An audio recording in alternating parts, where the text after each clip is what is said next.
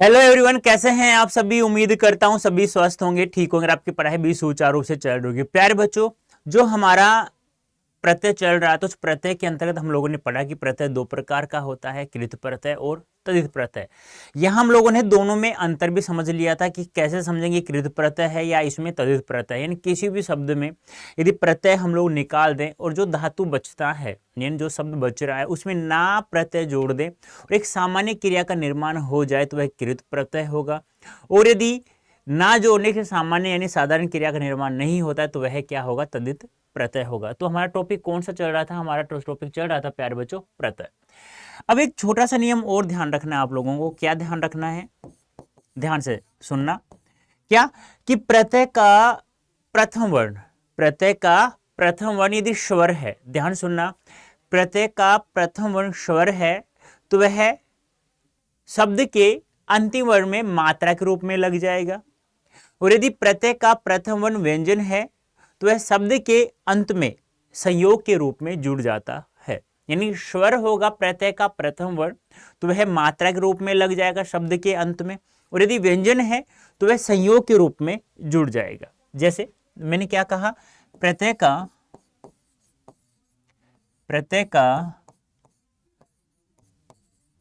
प्रथम वर्ण स्वर है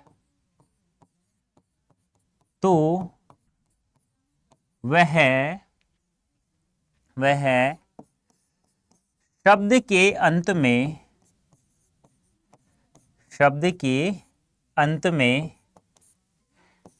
अंत में मात्रा के रूप में जुड़ जाता है, मात्रा के रूप में जुड़ जाता है। ये आप लोगों को ध्यान में रखना होगा, जुड़ जाता है।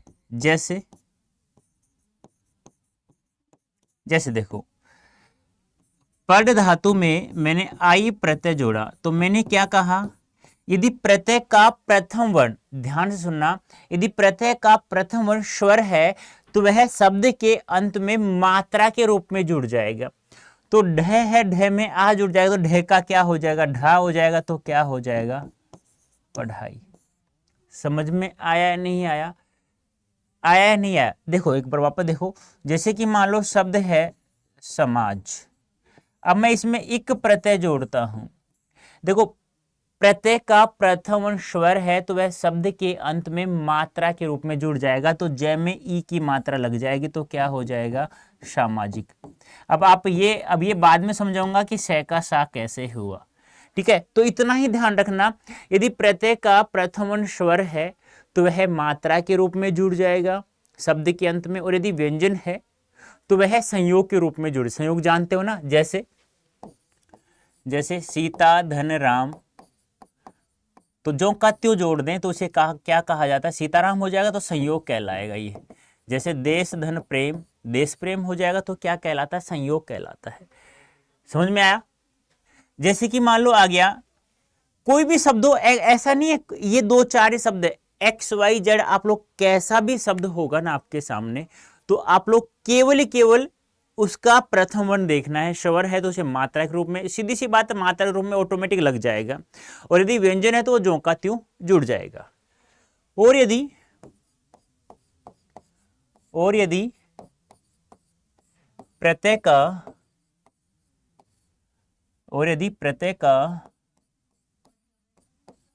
का प्रथम वर्ण व्यंजन है तो वह शब्द के अंत में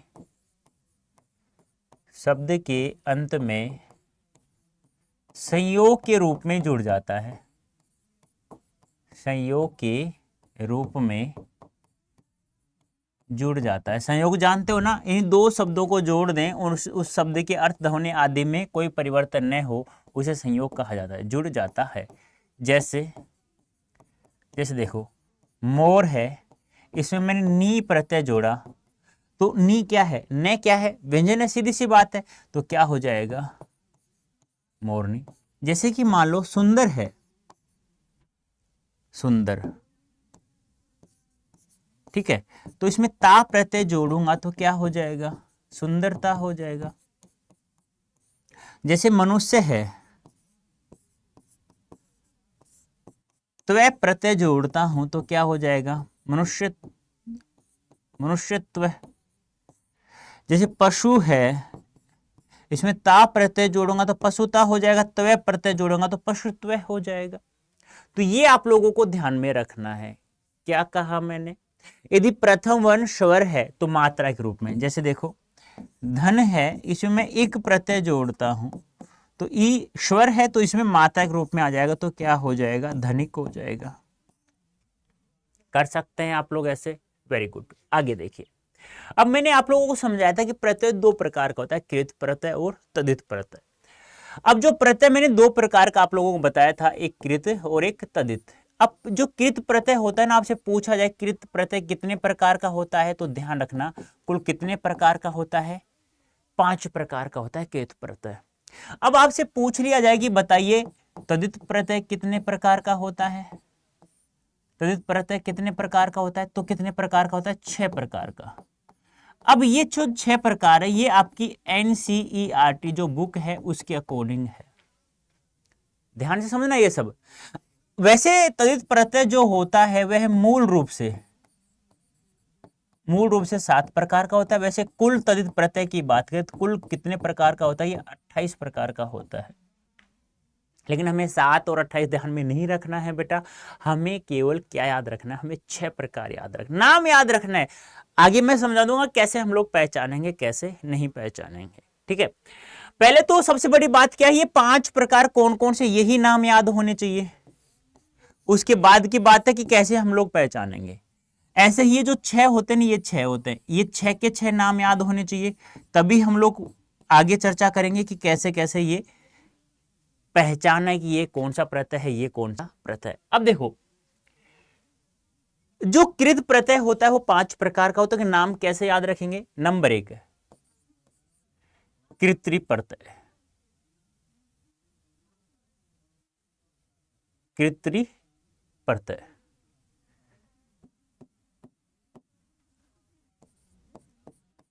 कर्तरी प्रत्यय, कृत्रिवाचक कृत प्रत्यय।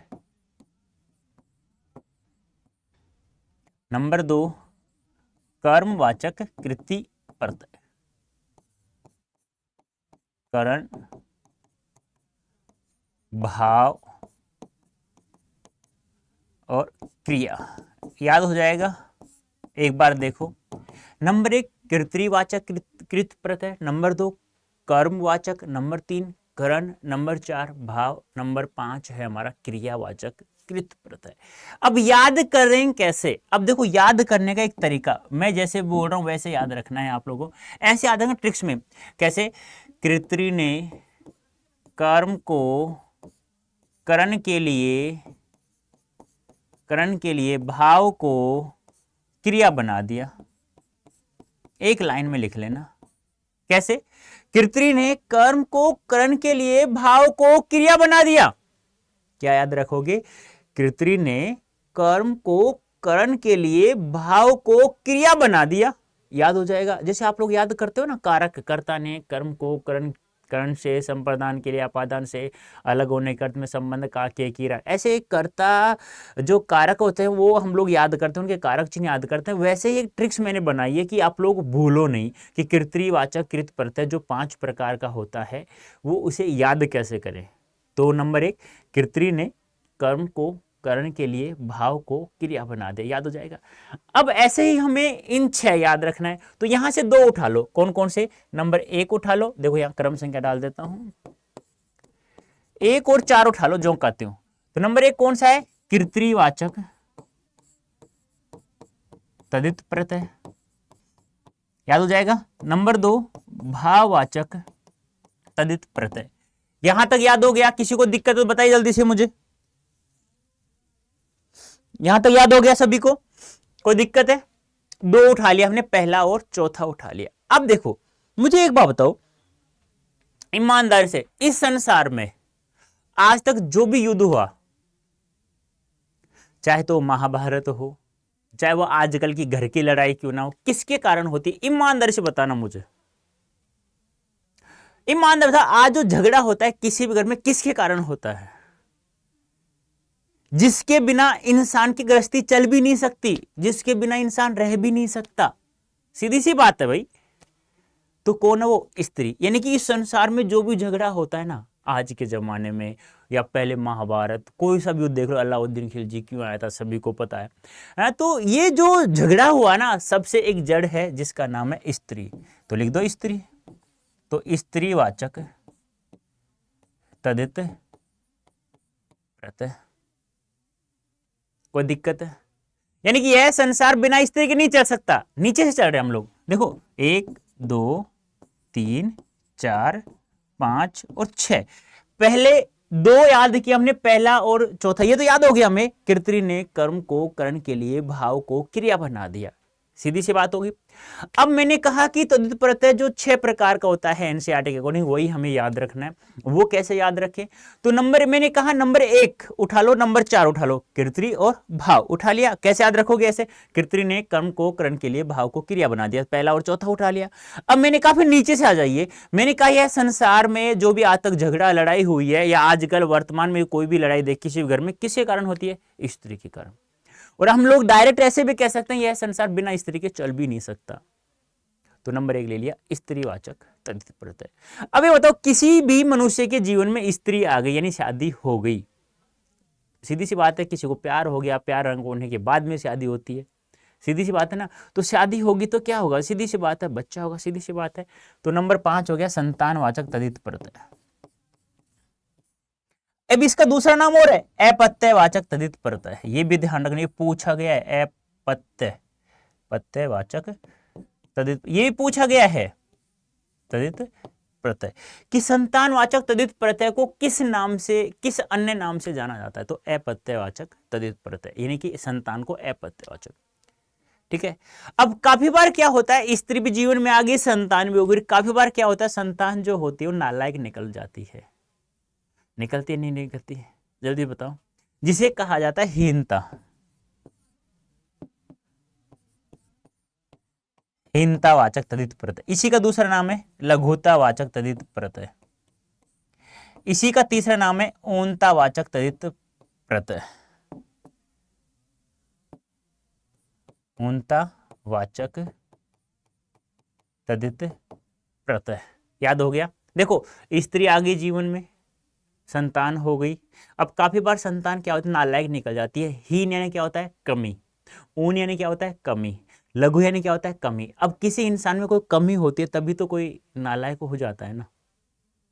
याद हो गया, स्त्री आ गई, संतान हो गई और वह नालायक निकल चुकी है। अब कोई भी संतान नालायक होती है ना, उसका किसी ना तो किसी के साथ संबंध होता है या नहीं होता? यस या नो? होता है। यदि गलती से संबंध नहीं हुआ तो बेचारे माँ बाप को उसका संबंध कहीं ना तो कहीं किसी के साथ जोड़ना पड़ता है। भाई शादी करने के लिए संबंध तो बनाओगे ना किसी से। यहाँ भी मेरा लड़का ये है, आपकी लड़की है, ये लो संबंध बन गया, ठीक है, आप शादी करवा दो इनका। तो लिख दो संबंध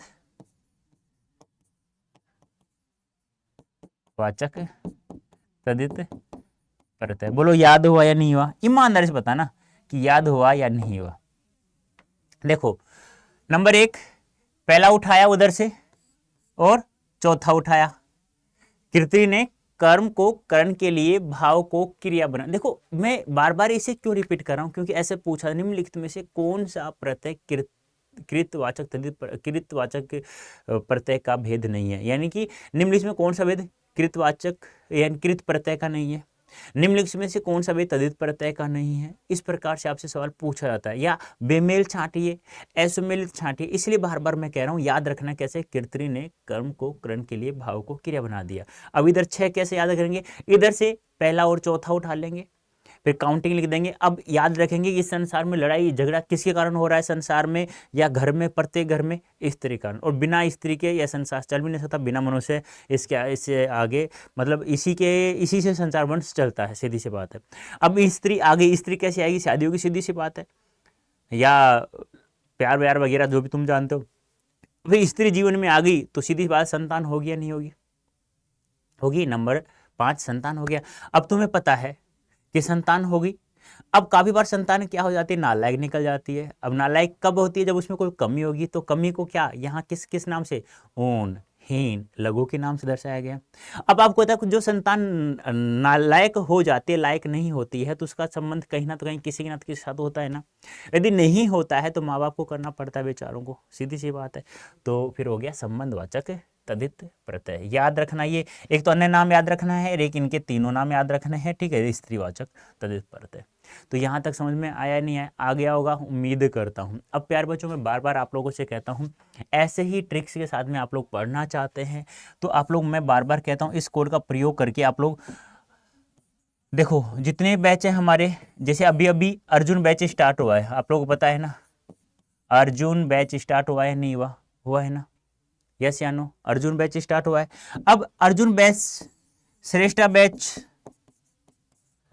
ठीक है, जितने बैच हैं उन किसी भी बैच में इनरोल करना चाहते हैं तो इस कोड के साथ आप लोगों को मैक्सिमम डिस्काउंट प्राप्त हो जाता है। और मैं तो ये कहता हूँ यार, ये जो बैच हैं इनकी एक वैलिडिटी होती है, फिक्स वैलिडिटी होती है, 3 महीने 4 महीने, जब तक कोर्स होगा जब तक ये आपके पास रहेगा।